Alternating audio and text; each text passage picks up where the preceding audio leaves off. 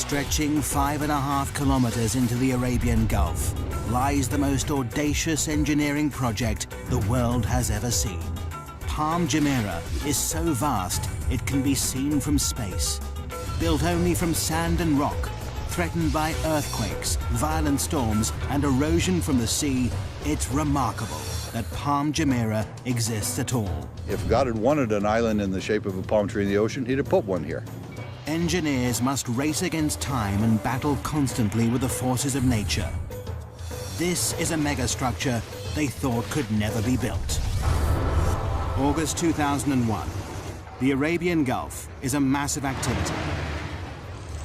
Dubai is building one of the biggest man-made islands in the world. Engineers have a daunting task ahead of them because this is a construction like no other. All structures stand in defiance of nature. Most are built from concrete and steel, materials that are artificially strengthened.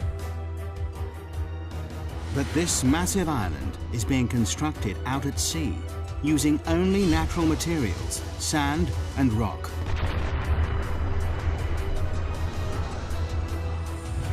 And both start eroding the moment they hit the water. For project manager Bob Berger, it's a daunting task. Any construction is in defiance to nature, and this is an extreme example of that. Every day, we're trying to prevent the destruction of what we built. The Middle East, Dubai, the jewel of the Arab world. A kingdom built on the profits of its oil reserves. This tiny emirate, twice the size of London, is one of the richest places in the Arab world. But it hasn't always been like this. 50 years ago, Dubai was a trading town built on a creek. Over half a century later, it's been transformed. Now it's famous for gold, trade, and oil. But there's a problem on the horizon. By 2016, the oil will have run out. It'll mean disaster for the economy. Dubai must find a new source of income. The Crown Prince, Sheikh Mohammed bin Rashid Al Maktoum, has a $2 billion plan to save his country. He's ordered his kingdom to transform itself into the world's #1 luxury tourist destination. And the Crown Prince has a history of getting what he wants. To put Dubai on the map, he's already built one of the most luxurious hotels in the world, the Burj Al Arab, created top-class golf and race courses, and is planning the world's tallest building. But now, the Crown Prince's big idea is mass tourism. Dubai seems the perfect spot. It offers sun almost every day of the year, glorious beaches and azure seas. 5 million tourists visit here annually. Now they want to triple this to 15 million. But there's a problem. The coastline is a mere 72 kilometers long. Not enough space for all these extra people. But how do you make your coastline longer? The Crown Prince's plan is to build a massive island, and he wants it done by 2006. This daunting task falls to Sultan Ahmed bin Sulayem. Starting with a blank piece of paper, he draws a circular island. He's delighted. It increases the coastline by 7 kilometers. But for the Crown Prince, it's nowhere near enough. He looked at it was a circular island, which gave us about 7 kilometers of beaches. And he said, why not 70 kilometers? It's back to the drawing board. This time, the Crown Prince works on the design himself, pulling it about to increase the beachfront. Nothing seems right. But then he comes up with an audacious plan. What better for a paradise island than the shape of a palm tree? 5.5 kilometers across, it increases the coastline by a whopping 56 kilometers, 9 times more beachfront than the circular island. But no one has ever built an island this size and shape before. When I first heard of this project, I couldn't believe it. I thought it's incredible. The extraordinary plan is to build a city at sea. The Palm will be covered with luxury villas, shopping malls, and restaurants. The crescent-shaped breakwater, linked to the Palm by a tunnel, will hold 22 hotels. The easiest way to build such a massive structure at sea is to use concrete and steel. But this doesn't fit with the Crown Prince's plans. His idea creates an added challenge. To blend in with its surroundings, the island must be made entirely from natural materials. The palm-shaped island will only be made from sand, 94 million cubic meters of it. All that protects this from the sea will be a breakwater, 5.5 million cubic meters of rock. Together, there's enough sand and rock to build a 2.5-meter high wall circling the entire world.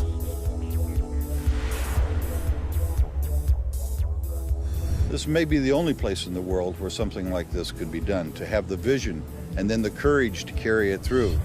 To make this audacious plan a reality, Dubai needs the best engineers on the planet. A worldwide search leads to Northern Europe and Holland. Experts in land reclamation, the Dutch have increased Holland's landmass by 35%. The Dutch team are immediately booked for the job. The first thing they must prove is that it's possible to build an island out in the Arabian Gulf and that it'll stay there. They know the only way to keep the island in position is to surround it by a breakwater. But just how big does this sea defense need to be? To find out, researchers must calculate the strength of Dubai's storms, the height of the waves and tidal surges, and what effect global warming will have in raising the sea level.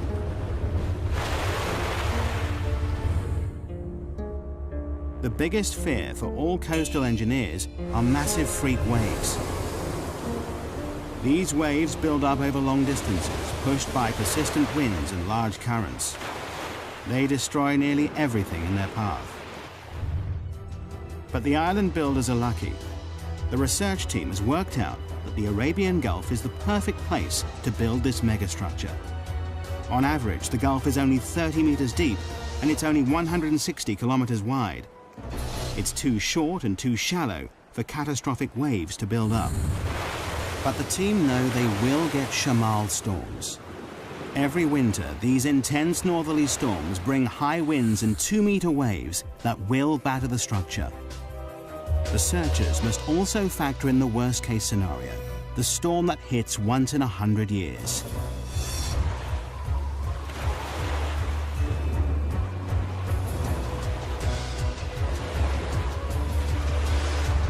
The team do the final calculations. To protect this fragile island, the breakwater must be at least 3 meters high above the waves and 11.5 kilometers long. But just when the engineers thought they were ahead, they're given another challenge.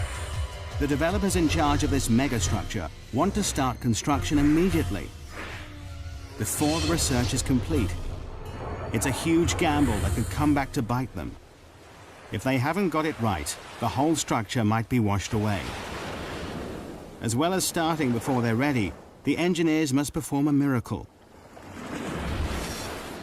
Normally, a project like this would take 15 years to build, but they must do it in 5.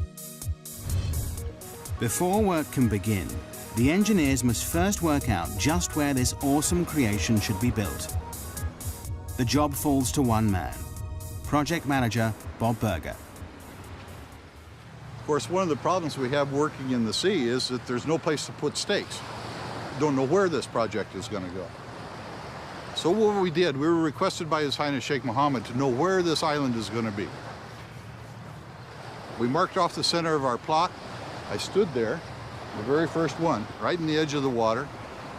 My arms down the beach each way, closed my eyes. This is the center line of the project. An engineer puts stakes in that line, and that became the center point of the entire project, just like that. August 2001, the breakwater construction team take to the sea. They've only 2 years to build this massive 11.5 kilometer sea wall. But just as they get started, disaster strikes. September the 11th, 2001. The World Trade Center in New York is attacked in a brutal act of terrorism. Overnight, tourism to the Middle East stops. But work has already started on the Palm Island. Will millions of dollars and months of research all be in vain? September 2001. In the wake of terrorist attacks in the United States, travel abroad halts abruptly. Fear and panic spread. People are too frightened to travel, particularly to the Middle East. It could have disastrous consequences for Dubai's ambitious plans. Work has already begun on building one of the biggest man-made structures in the world, a giant palm-shaped island that'll transform Dubai into a world-class holiday destination. The massive 11.5-kilometer breakwater is under construction. Both the breakwater team and the Palm Island team are assembled to make the dream a reality. But 9/11 throws the plans into turmoil. The 1,200 foreign engineers fear their lives could be in danger. They make contingency plans to leave the country. In the meantime, they're advised not to go into Western hotels and bars. Business slumps. Beaches are empty. Restaurants deserted. No one wants to be here. For 3 months, Dubai grinds to a halt. The sun is setting on the Middle East's tourist industry. But the job must carry on, whatever the political climate. The oil reserves are running out. The Crown Prince stands firm. The developers are now committed to the build. Millions of dollars have been spent hiring the world's top reclamation engineers. They've worked on huge projects, like Hong Kong's Cheplak Kok Airport, Holland's North Sea Wall, and Singapore's Industrial Centre. But no one has reclaimed a structure this size or shape before. By November 2001, the race to build this megastructure is really underway. 9 barges, 15 tugboats, 4 dredgers, 30 heavy land-based machines, and 10 floating cranes are needed to construct the massive seawall. For the breakwater team, their first step in this awesome challenge is to build up the sea floor. 3 massive dredgers take up a thin layer of sand from the barren seabed nearby. Then they dump this sand in a layer up to 7.4 meters thick. This must be done while the sea is at its calmest. To keep it in place, barge loads of rubble are dropped on top of this. This bed of rock will raise the breakwater from 4 meters below sea level to 3 meters above. It's the beginning of the sea defense without which the island cannot exist. The sloping layers take out the force of the waves as they hit the wall, but the sand and rubble layer is only the base, the core of the breakwater. What really creates the protection is the outer armor. For this, engineers need vast lumps of rock. Each piece of rock weighs up to 6 tons. It's these massive boulders that will protect the fragile island from the destructive force of the sea. But sourcing enough rock is an enormous task.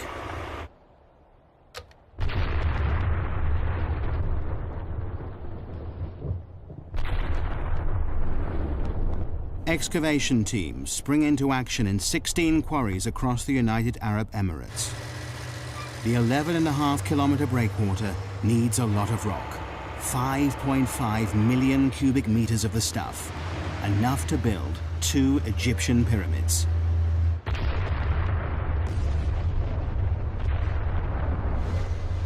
Rock is blasted out of the mountains night and day. Loaded onto dozens of lorries, it begins the arduous journey to the coast.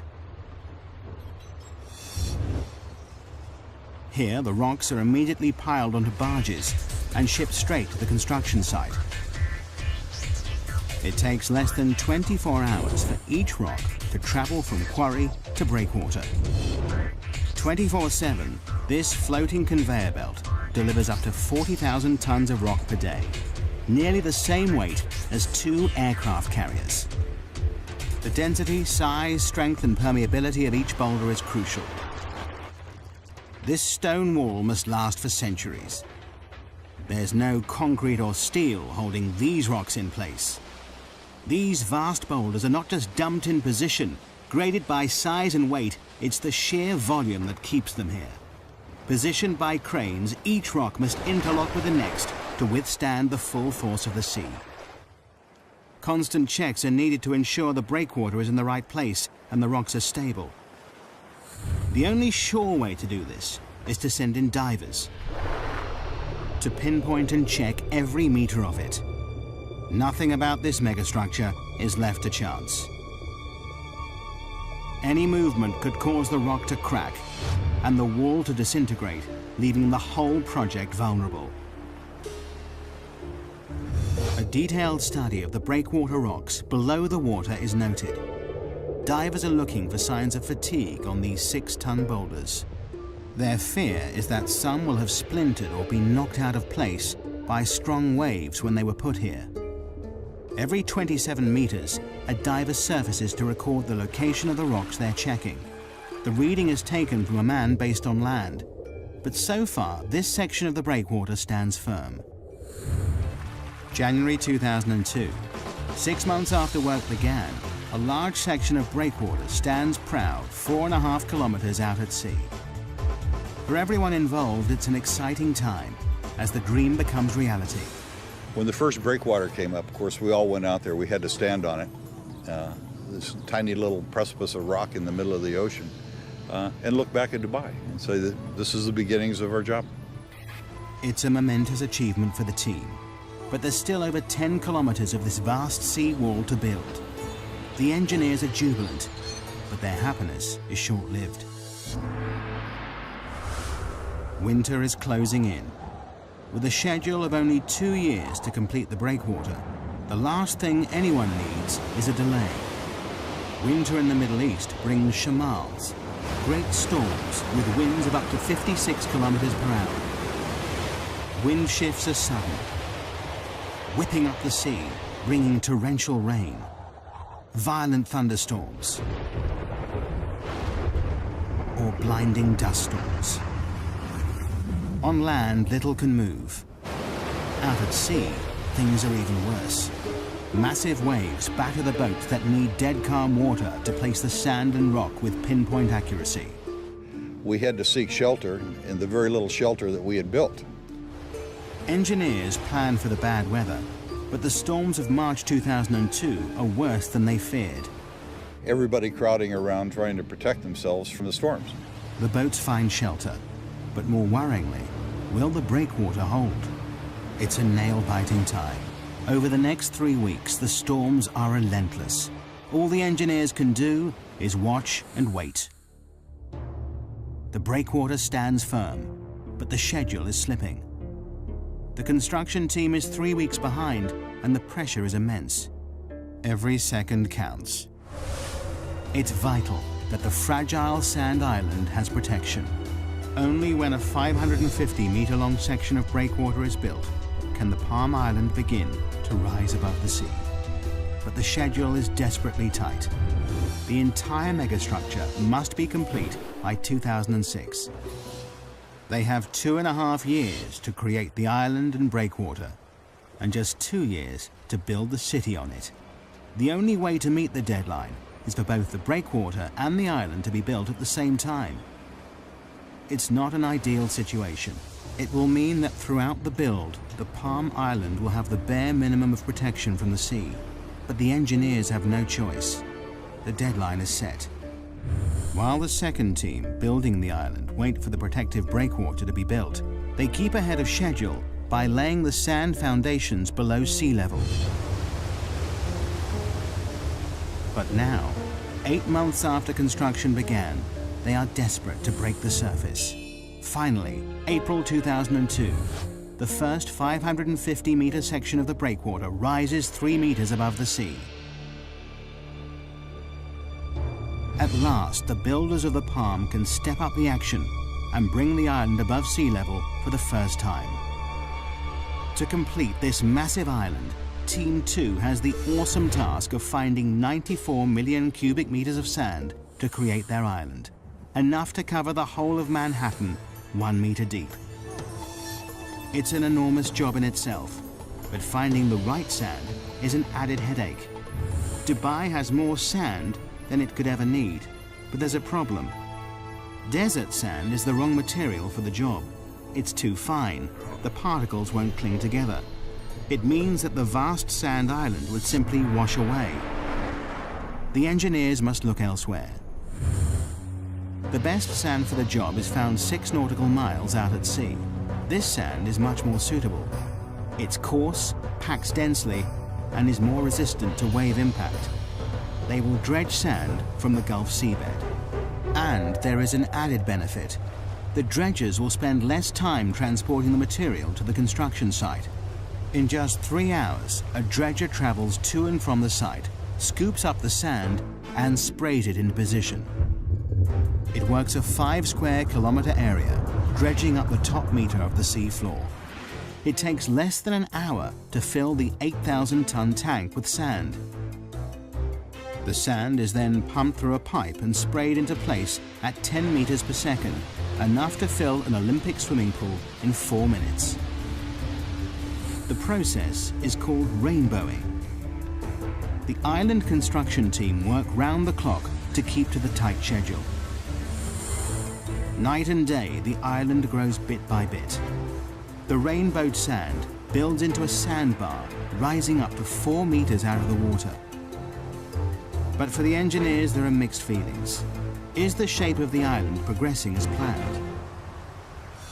There's great excitement, and there was great anticipation and a little bit of fear.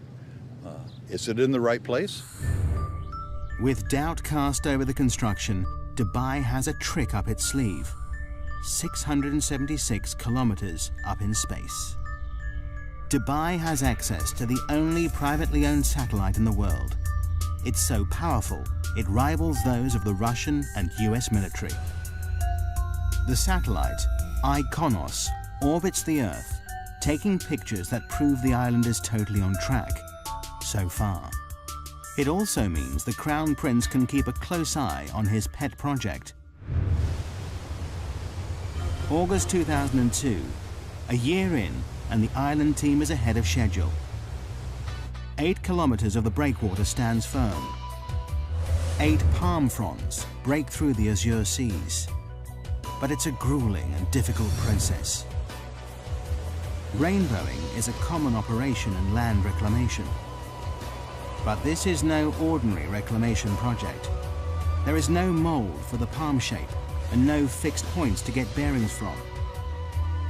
The unique shape makes it a nightmare to build because the whole design relies on accuracy. This enormous structure has 56 kilometers of waterfront and almost all of it is curved. To make things more difficult, it's impossible to tell from the ground if the sand is falling in the right place. The only way to complete this task is to use state-of-the-art technology. Prior to GPS, we couldn't have done this job. There are only 2 straight lines in this project. All the rest of them are curved. It's all down to a team of 5 men who walk the perimeter of the island every day as it takes shape. It's grueling work. Summer temperatures reach a searing 48 degrees Celsius. Humidity hits 95%. With heavy packs strapped to their backs, these mobile receivers create a grid reference for the island. Receiving signals from space and a fixed position on land, the height and position of the sandbars is recorded. With these coordinates, dredgers can sail into the exact position and rainbow the sand with pinpoint accuracy.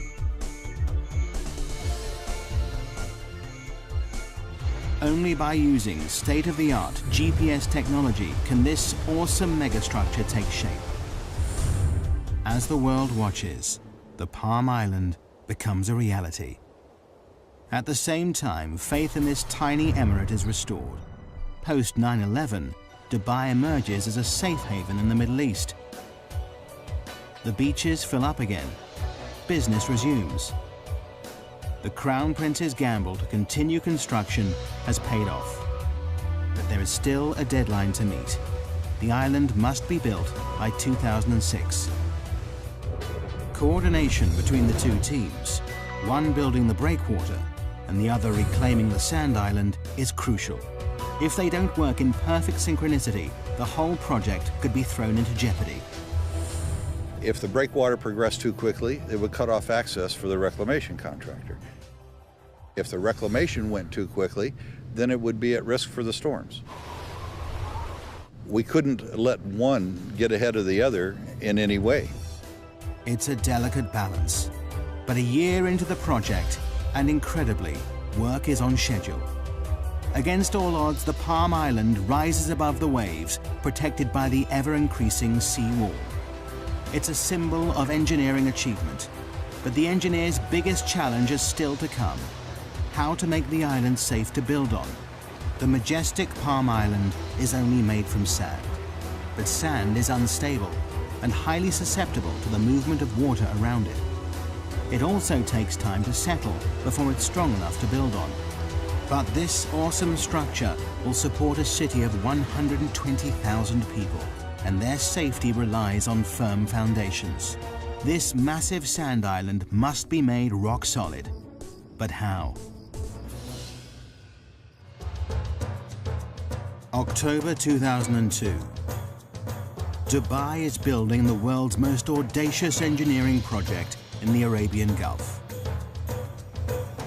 A 5.5-kilometer island in the shape of a palm tree, made entirely out of natural materials. A year into the build, and 2/3 of the breakwater is complete. 8 kilometers of massive rocks piled 3 meters above the waves, backed by 200 meters of beach that will eventually carry 22 hotels. Behind this sea defense, the first 9 palm fronds made of sand rise above the water. Dredgers spray sand from the seafloor, a process called rainbowing, to create the first half of the 5.5-kilometer island. But building a man-made structure in the middle of the sea with only rock and sand throws up challenges every step of the way. The team constantly battle with nature as the sea erodes the work they do.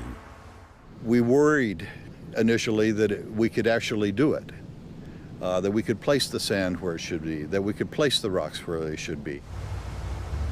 The teams now race to finish the project. But then the engineers discover a problem that could put the whole project in jeopardy. The decision to start construction before completing the research has finally caught up with them. Coming in or going out. The sea is not circulating around this massive megastructure as they planned. The tides are not flushing the system properly. Clean water is not moving fast enough round the inner waterway. The water is in serious danger of becoming stagnant. People have paid millions for a piece of this paradise island. Green fetid water is not going to work. A solution must be found, and fast. Changes must be made to the design. But all the time, the Palm Island is taking shape to the original plan. Further tests are run on the computer. Luckily, the solution is found just in time, and it's simple. The seawall must have 2 breaks in it. 2 4-lane bridges link the sections of the breakwater. These 2 openings mean enough fresh-flowing water can get into the system. Twice a day, the tide enters the structure, pushing clean water around the fronds. Over 2 weeks, the entire waterway is replenished. But there is always a fear it may return. Environmentalists now test the water every day to check that the system is working. The return of algae and stagnant water is something they can't allow. With the water quality assured, the project is back on track. Teams race to finish the structure. 7 dredgers rainbow the sand, creating the last few palm fronds. Floating cranes lift the final rocks into place. By August 2003, the breakwater is complete. An awesome 5.5 million cubic meters of rock now holds back the full force of the sea. 2 months later, in October, the island reclamation is finished. 94 million cubic meters of sand have been pumped into the Arabian Gulf to create the perfect palm shape. In just over 2 years, the Palm Island has finally risen from the sea. The deadline has been met just on time, and phase 1 of this monumental engineering challenge has been accomplished. there is still a very long way to go. Phase 1 is only the completion of the foundations. Now to fulfill the Crown Prince's dream. 4,500 houses and apartments, hotels and shopping malls must be built along the waterfront. This sand island must support an entire city. But here lies the next major problem. Sand is not easy to build on. Because the sand has been sprayed into position, it's loose and uncompacted. We get the material for the islands dredged from the seabed, which means that all the fine materials are already cleansed from the sands. You can drive on it within a couple hours after you reclaim it. However, it's not satisfactory to build on. But a strong base is vital to support this city at sea. Before construction can start, engineers must find a way to compact the sand to make it firm. In theory, the idea is simple. All we have to do then is compress the top layer. As you can see, when you press down, very little displacement, except straight down, nothing to the side. That gives us a firm surface to build on. But in reality, the engineers are working with an area spread over 5 square kilometers. Over time, the sand will compact naturally, but this will take years. And time is something the engineers don't have. Construction of the infrastructure must start immediately. As if the schedule wasn't pressure enough, there is another, more important reason why the foundations of the city must be made extra strong. Dubai sits just on the edge of a major earthquake zone. Bam, Iran, north of the Arabian Gulf. 5:26 a.m., 26th of December 2003. The town is hit by a quake measuring a massive 6.6 on the Richter scale. In minutes, 60% of the buildings are leveled. 43,000 are dead, 20,000 injured, and 60,000 are homeless. Following this, multiple quakes hit Dubai 480 kilometers across the Arabian Gulf. It's a wake-up call to the Palm Island project. If the epicenter hit Dubai, it could spell disaster. Should an earthquake come through the area, the sand might lose its cohesiveness down deep. The reclamation process piles sand one grain upon another. If we put the ocean around it, you see the island. However, the lateral forces of an earthquake can make the island disappear. This terrifying phenomenon is called liquefaction. It happens when a quake shakes the Earth's surface, causing sand particles to move. As the sand compacts, it pushes the water between the particles upwards, making the ground liquefy. It means the island would sink back into the sea. This was terrifyingly evident in Kobe, Japan. In 1995, an earthquake measuring 7.2 on the Richter scale rocks the city. In seconds, the buildings are reduced to rubble. But in the harbor, events are very different. The force of the quake liquefies the reclaimed land the port is built on. Harbor buildings and walls literally sink into the sea, causing nearly $7 billion of damage. It's something they can't risk in Dubai. Before any houses can be built, Palm Jumeirah must be made strong enough to prevent it from liquefaction. The team work out they need to compact a layer of sand 12 meters deep, too deep to compact by normal road roller. The only solution is a process called vibrocompaction. January 2004. 15 machines work around the clock to firm up the land. Probes drill over 200,000 holes into the ground across the surface of the island. High-pressure water and air drives each probe deep into the earth. This shaft then vibrates, shaking the ground around it. the earth is compacted. It's a tried and tested formula. As the sand compacts and sinks, more sand is poured in until the area around the probes is rock solid. It takes the team 8 months to stabilize the 17 palm fronds, but it has to be done to ensure the safety of 120,000 people who will live and work here. March 2004, 2.5 years into the project, and Palm Jumeirah is ready to become a building site. Now thousands of trucks and cranes, tons of supplies, and 2,000 laborers descend on the island. This is the most complicated part of the project, the installation of the infrastructure, gas pipes, electricity cables, water supply, and buildings. In 2 years, they must build an entire city at sea. But have the developers set themselves a near impossible target?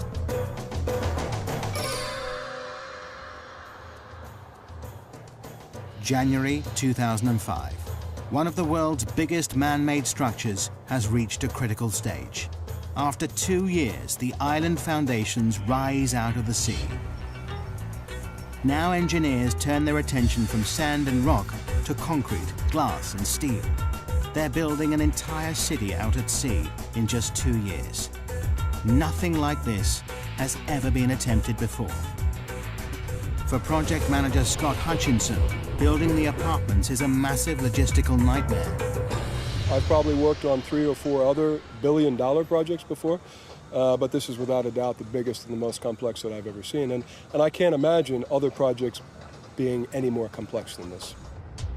850 buses ferry the 40,000-strong Asian workforce on and off the island in 2 12-hour shifts. They'll work in grueling temperatures of up to 48 degrees Celsius. As well as thousands of people, millions of tons of concrete and steel are shipped in from around the world and driven onto the Palm. 51 different contractors build houses, roads, canals, shopping centers, sewage plants, and each part of the jigsaw must meet the next perfectly. To stay on schedule, all the materials must arrive on site exactly on time, and they will go to any lengths if they don't. If material isn't showing up from overseas, you put somebody on the plane and fly the guy out there to get it done. You don't wait, you don't sort of react, you just get out there and try and be proactive, because otherwise a job this size never gets done. Supply is not the only problem. Installation of the utilities and pipelines is a massive headache. Miles and miles of gas and water pipelines need to be laid across many different parts of the construction site. Munir Haidar, head of the technical team, knows that on a job this size, a good plan is vital. It's not that there is no plan, there is a plan, but you have to monitor and adjust this plan on a daily basis because it changes every day. Since the island's launch in 2001, it's changed beyond recognition. Originally, Palm Jumeirah was designed to house and service 60,000 people. But by 2004, developers realized the public loved the idea so much, they doubled the capacity. Everybody's changing their requirements, and you have to learn to react very quickly to that. And in Dubai, things move quickly. The pressure is on. Incredibly, when the Palm was first released to the public, all the houses sold in 3 days. The most expensive go for $1.2 million. David Beckham and the England football team are amongst the owners. Now, 3 years on, the residents want to move in. There are over 1,800 villas to build on the palm fronds, enough to stretch the Champs-Élysées in Paris 14 times. The delivery date looms nearer, and many of the houses are still at ground level. The schedule is slipping, but the Crown Prince has promised the world a luxury location by 2006. The deadline must be met. To add to the pressure, the design of the palm trunk gets more elaborate every year. This 1.6-kilometer stretch will carry at least 8,000 villa and apartment complexes, 220 shopping malls and restaurants, and the developers are still threatening more. A new plan is the 36-story Palm Tower, more space for shops, restaurants, and 450 deluxe apartments. But all this extra development comes at a price. The deadline for the trunk has slipped to 2008. Well, I guess one of the best parts about it is that when you get frustrated of all the challenges and the paperwork and the meetings and everything that goes with building a project like this, you come outside, you see the sunset, you see the sea, and you really realize not only is it an amazing project, but it's an amazing setting. But this awesome setting creates hidden problems for the engineers. With Phase 1 complete, the island reclaimed, the Palm now faces its biggest enemy, the environment. Nature will permanently try to destroy anything built in its way. The bigger the megastructure, the bigger the problem. From the start of construction, there has been one issue engineers know they will face: the problem of erosion. All beaches are constantly affected by waves, but with a man-made island, the problem is exaggerated. These beaches are not naturally replenished with sand by the sea. If nature won't do it, someone has to. Otherwise, the whole island will be washed away. Only now the island is complete can they see the full extent of the problem. Engineers have studied every meter of the Palm's 56-kilometer coastline, analyzing the effect the waves have on its shape. The results show the sand is gradually being washed away in some places and built up further along the structure. Left unchecked, the beaches will no longer be straight, and Paradise Island will fail. But the engineers are confident that through constant maintenance, they can keep the intricate palm shape. Just when the developers think they've cracked the problem, an even bigger dilemma rears its head. Beach erosion is also affecting the Dubai coastline on a much bigger scale. Dubai is famous for its beautiful beaches. Could the success of the megastructure cause the mainland's downfall? Normally, the currents evenly push the sand along the coastline, keeping the beach straight. By building a massive structure so close to the shoreline, wave movement in the area has altered. The current is changing the shape of the coastline. In some places, sand is deposited, extending the beaches out to sea. In others, the beach is eroded away. And initial research shows some worrying facts. In some places, the shoreline could be eroded by 5 to 10 meters per year.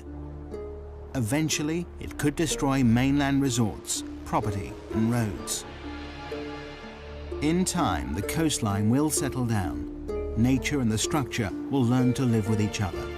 But this may take years. In the meantime, the developers have bought a dredger.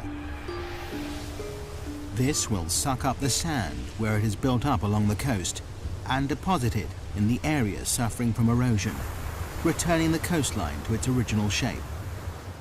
Dubai's beaches are safe, for now. The engineers are constantly working out how to tame nature's forces. The erosion problem is under control. But the threat to the project doesn't just come from the surface of the sea. They now face a new dilemma beneath the waves. How has this awesome megastructure impacted on the ecology of the area?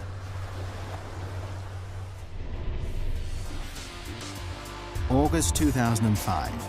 4 years after the Palm project started, this audacious island stamps its mark on Dubai's coastline.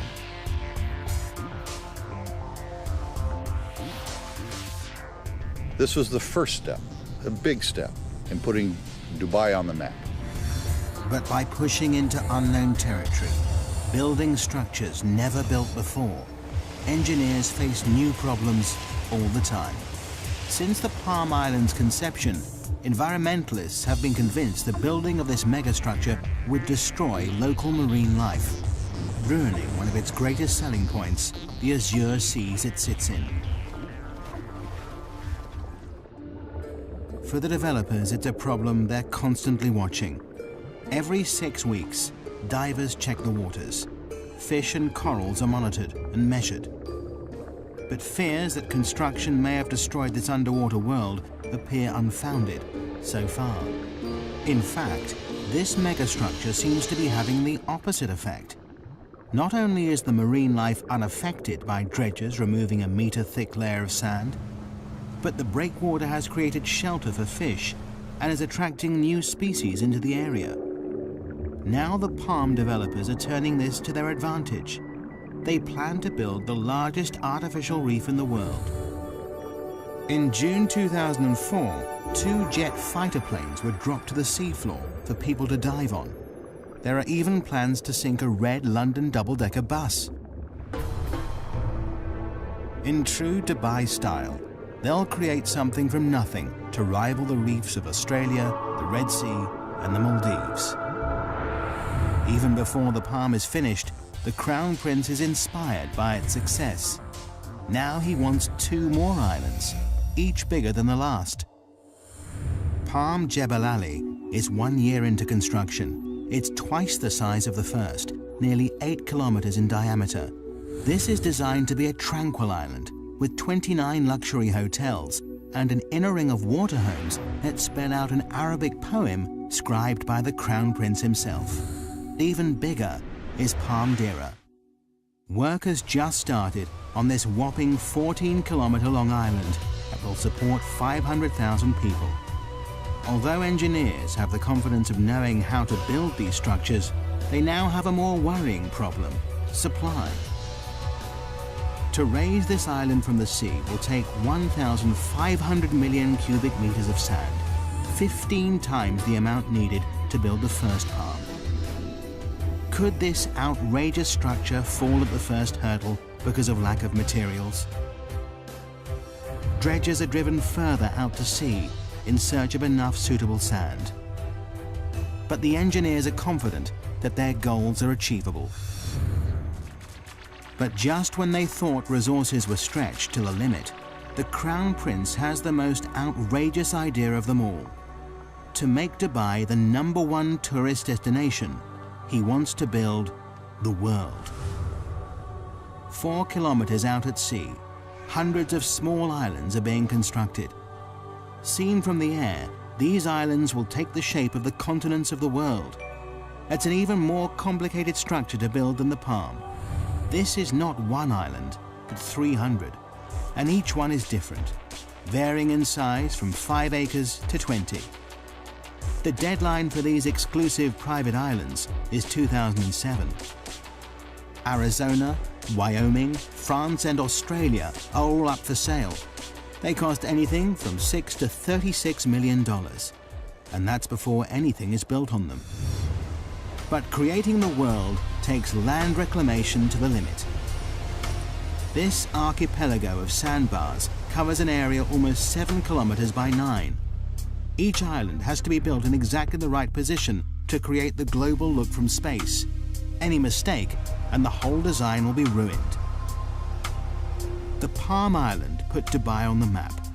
Now the world puts the map on Dubai. But have the developers gone too far? Will the demand for property keep up with the escalating build? Will the bubble burst? So far, 2 of the Palm Islands are completely sold out. A third of the world has been snapped up. But this still leaves a lot up for sale. But the developers are confident they see no end to the demand. Megastructures are the latest craze.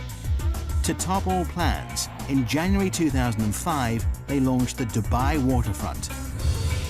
This claw-shaped landmass won't just stretch far out to sea. It will also create 75 kilometers of waterfront, stretching into the desert. Together, all these megastructures will extend the coastline of Dubai from 72 kilometers to a whopping 1,500, a 2,118% increase. Meanwhile, the first Palm's construction team continues to meet the deadline of 2008. But the island stands here in defiance of nature, proof that engineers can and will continually push the boundaries of engineering technology.